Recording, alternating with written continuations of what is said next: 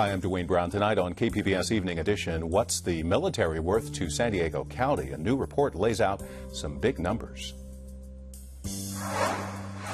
I'm Amitha Sharma. Tonight we dig deeper into the reasons why city leaders say it's so important to expand the convention center, even though a new report says lack of space doesn't seem to be driving events away. And remember all those immigrant children who are flooding the border with Mexico? We'll have an update on what's happening with them and the latest on efforts to reform immigration policy. And do you know anyone who's really into Minecraft? We'll show you a class using the popular game to teach kids how to code. KPBS Evening Edition starts right now.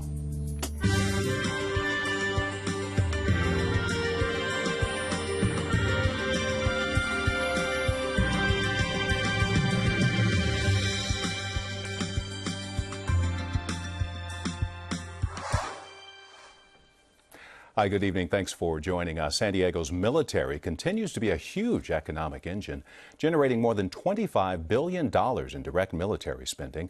KPBS reporter Eric Anderson says a new report finds the defense industry also generates 317,000 jobs. The sixth annual survey of the military's economic value found defense-related activities generated $38.7 billion of the gross regional product. San Diego Mayor Kevin Faulconer says the defense-related jobs are critical to the future economic health of the region.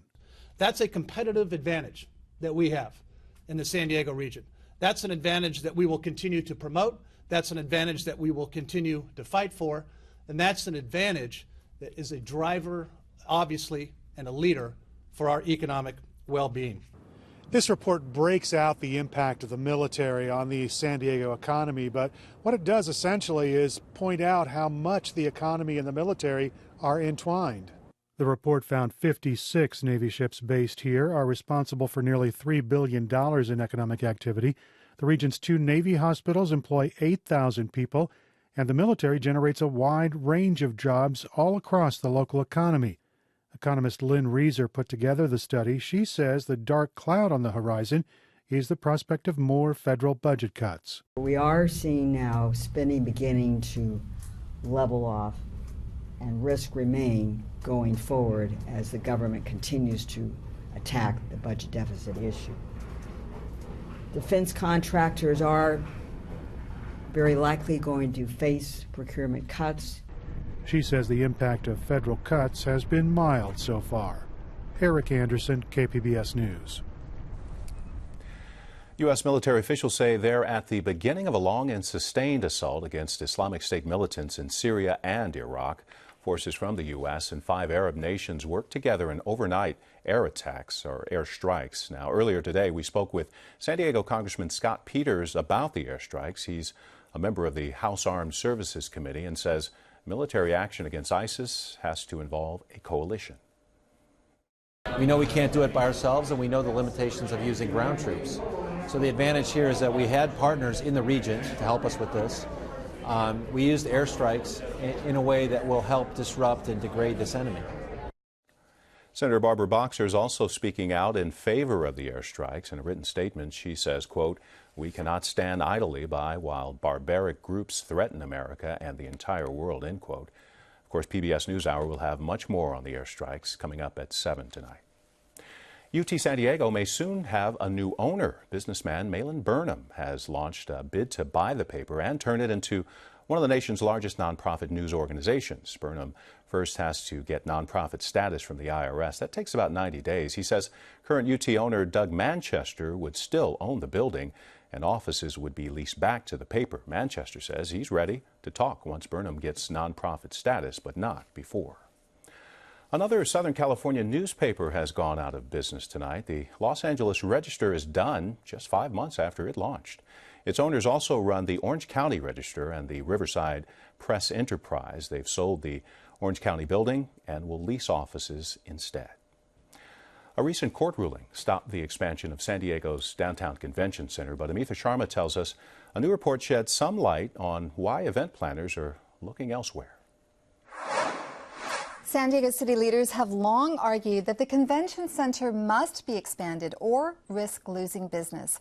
But a new report says for the most part, it's San Diego's high costs that are driving events away, not a lack of space. Joining me to explain the discrepancy in what city leaders have said and the report are Joe Terzi, president of the San Diego Tourism Authority, and Stephen Johnson, vice president of public affairs at the San Diego Convention Center. Joe, the San Diego Tourism Authority produced this new report. What specifically does it say about why groups and businesses are opting to go elsewhere between now and 2026 to hold conventions? Sure. Well, there's a misunderstanding of the report. This is a report that we do annually that tries to tabulate people that we talk about coming to San Diego, and if they don't materialize into a definite booking, we try to determine why they're not here. So this report says about 19 of those individuals couldn't get into San Diego because space wasn't available or we didn't have their appropriate dates. So there's a little bit of misperception about the price of San Diego,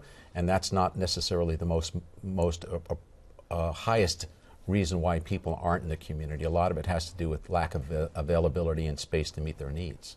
I thought, though, that the report emphasized high hotel costs and convention fees as being a huge reason as to why they were seeking. Well, we aren't elsewhere. an inexpensive destination. We know that, and that's appropriate. We're one of the top 5 convention destinations in the country. And if we compare where we are versus the 4 above us, we're not more expensive than them, and we're more attractive. So for us, we have a great opportunity to continue to do business in San Diego, and the pricing is appropriate for the product we have in the market. Okay, very quickly, for all intents and purposes, the convention center expansion under the current funding mechanism is dead without a public vote. What impact do you expect this report to have on the debate about how and whether the center should be expanded? Well, how is not a question, is the question, I'm sorry, and whether is not the question. We need to figure out how to get the center expanded. We know, based on our conversations with our customers, the most appropriate way to do it is in the existing facility. And we have data that will show that that building, as expanded, will produce a significant amount of economic impact for the city. Stephen, how do you view this report? It seems to emphasize the fact that cost, meaning high hotel fees and convention center fees, are a big reason as to why business is being taken elsewhere over the next decade. Right. I think it's a reason, but I don't think it's the most important reason. If you look at the numbers, and what numbers we look at in this report are the number of hotel room nights that an event would use. And when you look at that, we have 3 times as many hotel room nights lost because of space and dates than you do from cost. So clearly, space and dates are a much more important issue for us to solve than the cost factor in San Diego. Okay. Do you worry at all, though, about the cost factor? Well, you know, we have ways to measure whether or not that's an issue, and the Lost Business Report is one of them. But we have an occupancy rate at the convention center that in our busiest months is at 70–75%. And that shows that you have a building that's completely maxed out and we're turning away business, which is reinforced by the lost business in the space report that Joe's talked about. So, you know, there are people who study this issue, and those people say that, you know, there are cities who overemphasize the space issue as a reason to expand. Do you see that at all in this debate? Well, I think, yeah, that there is some validity to that. If you look at some of the centers that have been built over the years or expanded over the years in second-tier destinations that are not attractive and have to go out and convince somebody to come to that new building, that is not where we are in San Diego. We are fortunate to have one of the highest sought-after facilities and destinations in the country. We have over 50 large conventions annually. That's more than pretty much any one of our competitors. So we have data to show that the expanded facility can continue to add value as it did when it was first built and as it did when it was expanded a number of years ago. So we're very comfortable the expansion makes sense. But people are going to Vegas and they're going to Orange County where there are packages, where there are discount deals. Is there any talk of doing that here? Well, we do some of that here depending on the value of the business. If we're talking about a piece of business that brings in $1 or $2 million worth of tax revenues to the city of San Diego, there very much is a cost benefit of discounting in trying to put together a package that works for the meeting planner. But we aren't ever going to be the low-cost destination. As Joe says, San Diego is a premium destination for all the right reasons, and that means we can build an expansion and fill it up like we did for Phase 1 and Phase 2. Okay, Stephen, Joe, thanks so much for coming on the program. Thank you. Appreciate it. San Diego Film Festival officially opens tomorrow, screening dozens of independent films over 5 days. But tonight, the festival will screen a documentary about a murder that rocked San Diego and changed state law. On February 25th, 2010, my 17-year-old sister, Chelsea King, disappeared while on a jog on the trails behind me. More than 100 people are searching as we speak for a local teenager who disappeared during an afternoon jog. After searching terrain and trails, still no Chelsea King. Chelsea's Light, A Brother's Journey focuses on Tyler King, who was 13 when his sister was raped and murdered by a registered sex offender. The crime led to the passage of Chelsea's Law here in California, mandating life prison terms for those convicted of violent sex crimes against children. The documentary follows Tyler's efforts to get similar laws passed in all 50 states. Tonight's screening is at 7 o'clock at the Reading Cinema. That's downtown on 5th Street.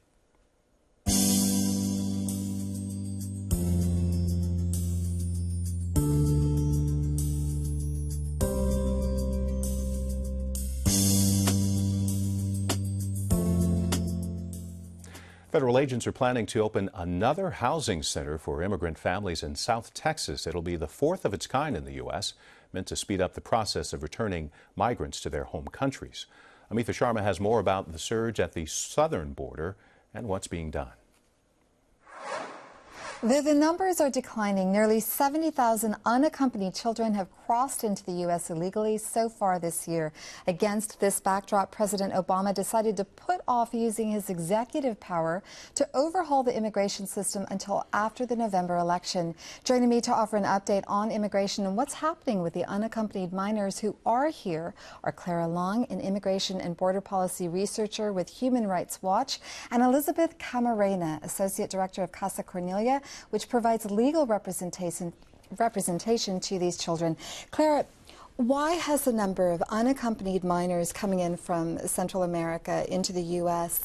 gone down? Well, that's a very difficult question to answer. We can say a couple things. First, every year there's a yearly surge and decline in immigration numbers. So that's very natural that numbers would go down in the end of the summer and during the hot months of the summer in particular. We may see, if that's the case, we may see a seasonal surge again starting, say, in February or March of next year.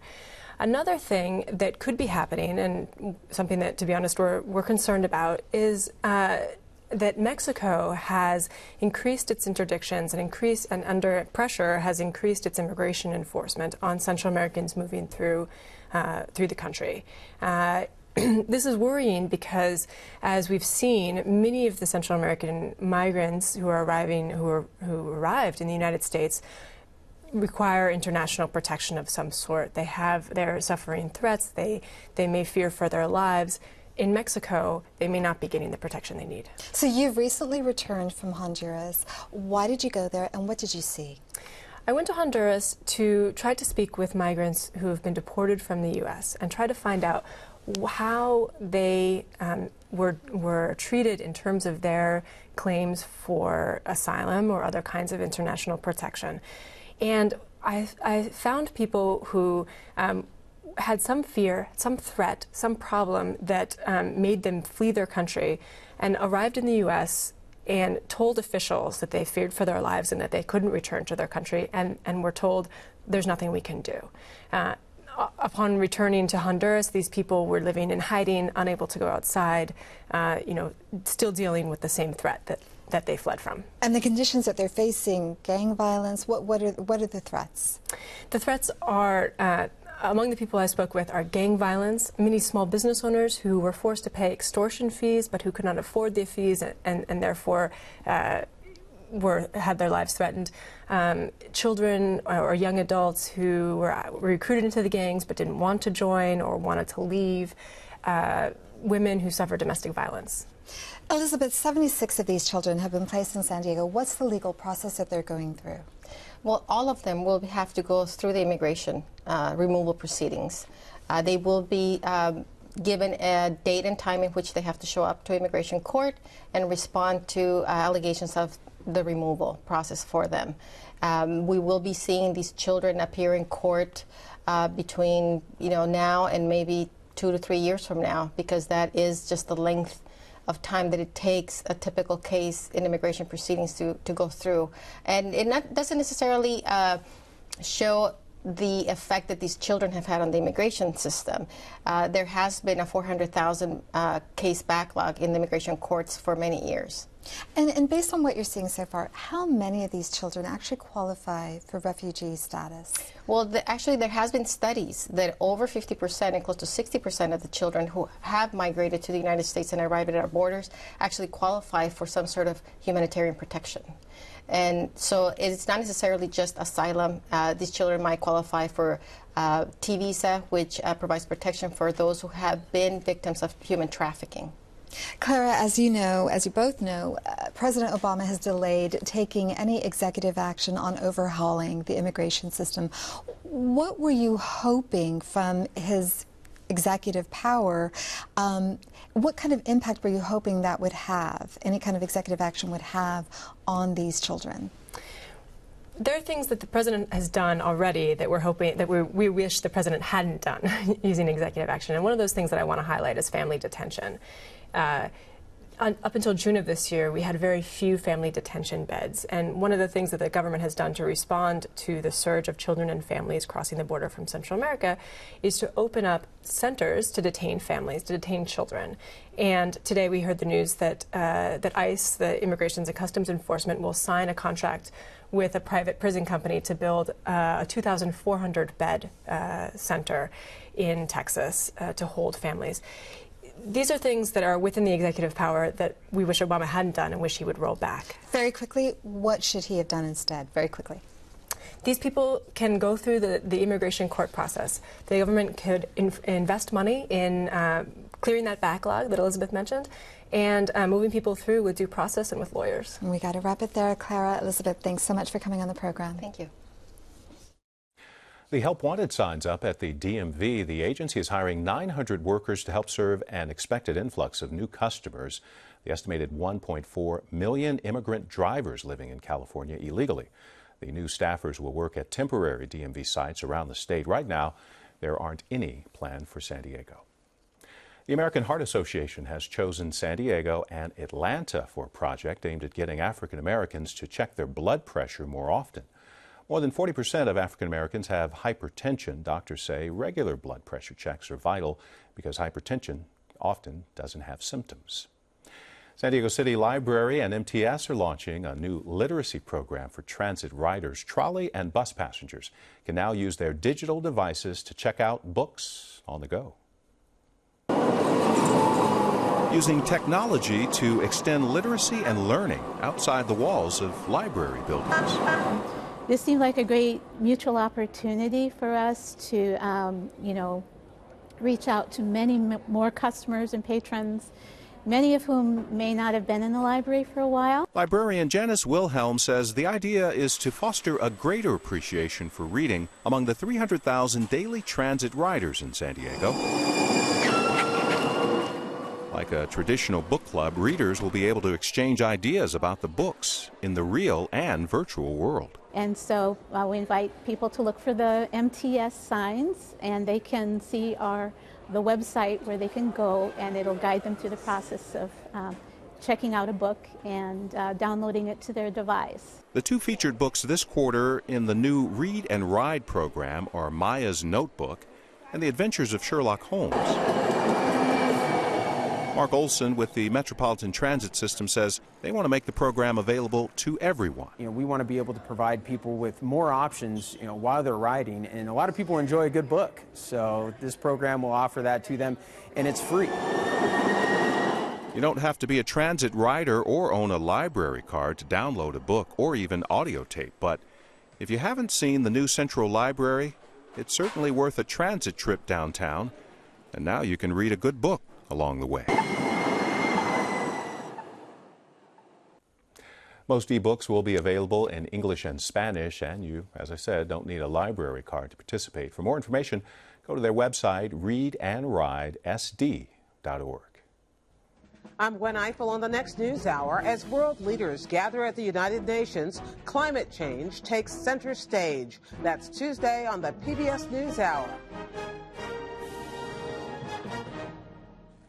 Cal State San Marcos officially cut the ribbon for a new Student Veterans Center. The new North County facility will offer school services and help students with their GI benefits. About 11% of the students there are veterans. Microsoft recently bought the Swedish company Mojang for $2.5 billion. They make the extremely popular video game Minecraft. With 54 million copies sold, it's an industry unto itself, even includes education. KPBS tech reporter David Wagner visited a San Diego classroom where educators are using Minecraft to teach kids how to code. Log on to the workbook and pull up module 3, guys. Fourth grader Stanley Strum is spending his time in class today building a TARDIS, the time machine from the TV show Doctor Who. The machine pretends to be a telephone box, which actually it's an infinite, ginormous thing on the inside. He's building this TARDIS within the world of Minecraft, using blocky pixels, kind of like digital Legos. I just made it because why not? There's a few ways to play Minecraft. In survival mode, you have to gather natural resources, build a home base, and fend off monsters. But in creative mode, you're free to do just about anything. You have infinite items, you have infinite health, and you build whatever you want. Because Minecraft is so open-ended, kids can easily get lost in the game for hours on end. But that openness is what makes Minecraft a great educational tool. So it's a game about building things, and so you can use code to build cool things in Minecraft that you couldn't do by hand, or it would take you days to build by hand. Foster is the CEO and co-founder of ThoughtStem, a 2-year-old San Diego company that teaches kids the basics of computer science through games. Their Minecraft class is by far their most popular. Demand was so high, they had 100 people on the waitlist before classes even started. But I bet you guys could guess what it does. What do you guys think this code does? Today, the instructor pulls up a window with strings of colorful, movable code. He explains how each line on the screen will modify or mod the world of Minecraft. So, for instance, instead of painstakingly digging a tunnel or constructing a huge tower block by block, students can use code as a shortcut to build wild, elaborate structures. Which is exactly what computer science is good for adults as well. That's, half of what I do. And as a coder, is I code things so that they happen automatically rather than having me do them by hand. Foster founded ThoughtStem while studying for his computer science PhD at UC San Diego. He's been building another game from scratch called Code Spells. Kids play as a wizard who casts spells through the magic of code. That game is picking up steam too. Foster and his colleagues launched a Kickstarter this month, and they've already pulled in more than double their fundraising goal. But students kept nagging Foster about Minecraft modding. He realized he needed to tap the potential in this huge, established fandom. If you interview a lot of the parents of kids in this class, many of them are bringing them here because they want to channel the hours they spend on Minecraft towards something interesting and academically productive. Parents don't have to twist their kids' arms to take this course. And because Minecraft has such broad appeal, you see something here lacking in most of computer science: girls. The gender disparities in this field are huge. Less than 15% of college computer science graduates are women. Educators hoping to narrow that gap are asking, how can we get girls into coding? ThoughtStem hasn't solved this problem yet. Their classes still skew male. But Foster says Minecraft opens up coding to all kinds of kids. Yeah, in my opinion, Minecraft is very ungendered. It's not about destroying things or people. It's not about trying to establish dominance over opponents. It's just about building things, and often building things with your friends. And there are definitely plenty of girls who play it. But Minecraft wouldn't help anyone learn to code if it were like most games, walled off and impossible to customize. The game could be in for some changes under its new owners, Microsoft. Fans are wondering, will Microsoft push more users to their Xbox console for the best Minecraft experience? I mean, I think that's the question on everyone's mind is Microsoft going to ruin Minecraft somehow? If they come and decide that only a few people are going to be able to play Minecraft, like the ones on Xbox, then that would certainly be bad for us, but also for almost the entire Minecraft community. Foster doesn't think Microsoft will ruin Minecraft. He thinks it's not in their interest to alienate kids like Stanley Strum, who says the only thing better than playing Minecraft is modding Minecraft. When you really want to do things, you go here, and then you just start modding and having fun. David Wagner, KPBS News.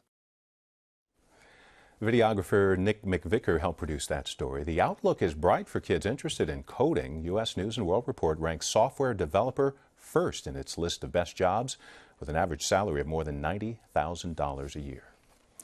Let's check out the forecast now. There's a dense fog advisory for much of San Diego early tomorrow. The fog is expected to roll in around 3 in the morning from the coast and spread about 10 miles inland, lasting until 9 o'clock, so leave a little extra time for your morning commute tomorrow. Once it clears, the coast will see temperatures in the low 80s, cooling over the next few days. Inland highs up to 90 tomorrow, dropping to the mid-80s by Friday. Sunny in the mountain areas, mid-80s tomorrow, getting a little bit cooler by Friday. And the desert temperatures will still be in the triple digits. You can find tonight's stories on our website, kpbs.org/evening edition. Thanks for joining us. You have a great night.